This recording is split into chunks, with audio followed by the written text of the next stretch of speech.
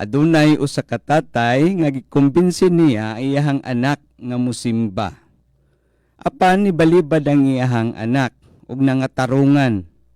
Ngano man lagi na atong silingan tay nga si Pedro, wala man ay simba-simba. Naaman lagi siya bagong sakyanan, daghan man lagi siya og mga panalangin sa iyang kinabuhi nga nadawat. Ningon ang amahan, anak, naana magay siya panalangin nga nadawat kung na siya simba-simba? Imagine na, kuno, kung sige pa na siya simba, mas daghan pagyudtana ng panalangin ang iyang nadawat. Unya, nangatarungan pagyud og balik ang iyang anak. Ngano malagi natong silingan tay nga si Marites, sige man nagsimba, libakira man gihapon, at ikumusimba oy, muna ni pulos na magsimba-simba siguro. Ningon ang iyang tatay, anak, sus, kana siya, yung anak na magayang batasan nga siya simba, samot na tana na kung wala siya simba-simba. Mga kaigsuunan, adunay panahon nga kita murag kapuyon taog ampo, kapuyon taog simba. Siguro, busy ra kay ta sa trabaho. O daghang kay problema sa ato ang kinabuhi, murag mangluod ta sa Ginoo, mupalayo ta sa iyaha. Kay murag wala nato nakit-an ang bili sa pagampo og pagsimba. Apan kun ato kining buhaton nakabantay mo, mura og maluya ta. Lay ang kinabuhi, mura og hawang, dunay kulang sa ato ang kinabuhi. Mura og mutig-ang ang atong kinabuhi. Mauga ang ato ang espirituhanong bahin sa kinabuhi. Ug tungod niana, mura og dili ta produktibo diha sa atong adlaw-adlaw nga pagkinabuhi. Kini nga kasinatian nato mga kaigsuunan nagpamatuod nga tinuod gayud kining nahisgutan sa ato ang Ginoong Hesus diha sa ebanghelyo nga atong nadungog ni aning adlaw. Si Hesus miingon sa iyang mga tinun-an, ako ang matuod nga punuan sa paras ug akong amahan maoy tig-atiman niini. Gawas kung magpabilin kamo kanako, dili kamo makabunga. Apan kung kamo magpabilin kanako, kamo mamunga og daghan. Unsa man ang buot pasabot sa atong Ginoong Hesus, ngano nga iya hamang gikumpara ang iyang kaugalingon sa usa ka punuan ug kita nga iyang mga sumusunod ang iyang mga sanga.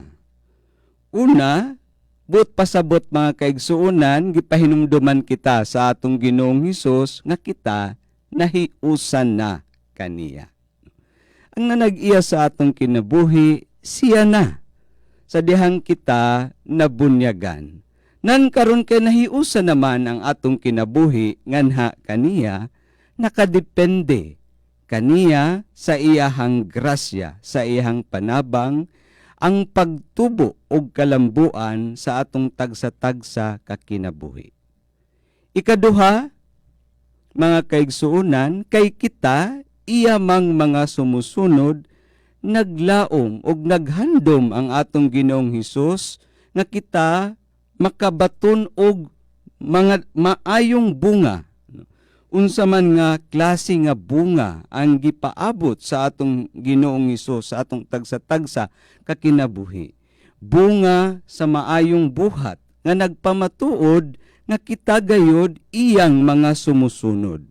Buhat sa paghigugma sa atong isigkatawo diha sa pagpangalagad. Apan lagi, kung kita dili magpagiya sa lamdag sa Espiritu Santo, murag magkayamukat jud ang atong kinabuhi. Dili siya magmabungahon. Mauingon nga ang sanga, kung nakakonekta siya sa punuan, ang duga sa kahoy, maadto pud sa mga sanga kita usab, aron magpabilin kita nga makakonekta ngadto sa ato ang Ginoo, kinahanglan ang lamdag sa Espiritu Santo, ang iyang presensya sa atong kinabuhi magpabilin aron kita magiyahan diha sa atong mga plano, diha sa atong mga desisyon, diha sa atong adlaw-adlaw nga gimbuhaton. Ikatulo mga kaigsuunan, medyo kinahanglan mahadlok gyud ta ani. Kay kung kita sakop na sa lawas ni Kristo, nahiusa na kaniya, apan kita abusado. Walay bunga nga gikahatag ngadto sa Ginoo, kay anaa lamang kita nagpahimulos diha sa atong pagkamiyembro sa iyang simbahan.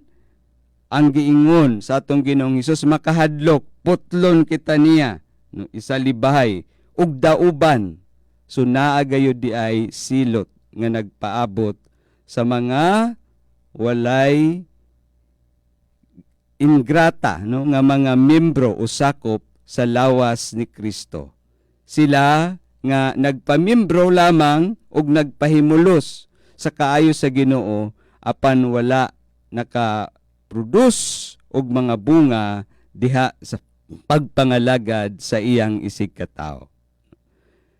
Sa dihang kita nabunyagan, kita nahiusa na kang Kristo. Ang atong pagkahiusa kaniya, untana, kini maghatag sa atong tagsatag sa kinabuhi, o una, nga isalig na nato ang atong kinabuhi ngadto kaniya. Kay niingon man ang atong Ginoong Hesus, nga bisan unsa ang atong pangayoon sa Amahan, iya kining ihatag. Mao kana ang iyang pasalig sa kangkinsa nga magpabilin sa ato ang Ginoo. Ikaduha, mga kaigsuunan, kung kita may sakop na sa lawas ni Kristo, siya naunta ang modelo sa ato ang pagkinabuhi. Ihaumta ang atong mga batasan, ang ato ang mga panghuna-huna, ang atong mentalidad, ang atong mga buhat, sa mga gipakita nga panig-ingnan sa atong Ginoong Hesus. Ug ikatulo, ipadayon ta ang iyahang misyon sa pagpangalagad ngadto sa mga nanginahanglan. Ug ang ikaupat, kay bisan og nahiusa kita sa atong Ginoo, usay makaingon ta unsa man gyud ang gusto sa Ginoo, no, nga ipabuhat sa ako ang kinabuhi. Unsa man gyud dapat ang ako ang misyon ni aning kinabuhi. Nindot ang gihimo diha sa unang pagbasa sa mga unang mga sakop sa atong Ginoo. Usahay sila dili makasabot unsa man ang ilahang angay nga buhaton, no, kay maglalis-lalis baya pud ta usahay. Di biya ta usahay magkasinabtanay. Mao pod ang mga unang nga mga sumusunod ni Kristo. Apan ang mahinungdanon di ay nga kinahanglan mugahin kita og panahon diha sa pagpaminaw sa usag-usa, no? Mag-meeting, no? Magsabot-sabot, og mamati kita sa inspirasyon sa Espiritu Santo, kay ang iyahang giya og lamdag maoy magdala kanato ngadto sa katumanan sa gipangandoy sa atong Ginoong Hesus nga kaayuhan o kalambuan sa atong tagsa-tagsa kakinabuhi. Hinaot nga ang kasing-kasing ni Hesus mupuyo na sa atong kasing-kasing o sa kasing-kasing sa tanan.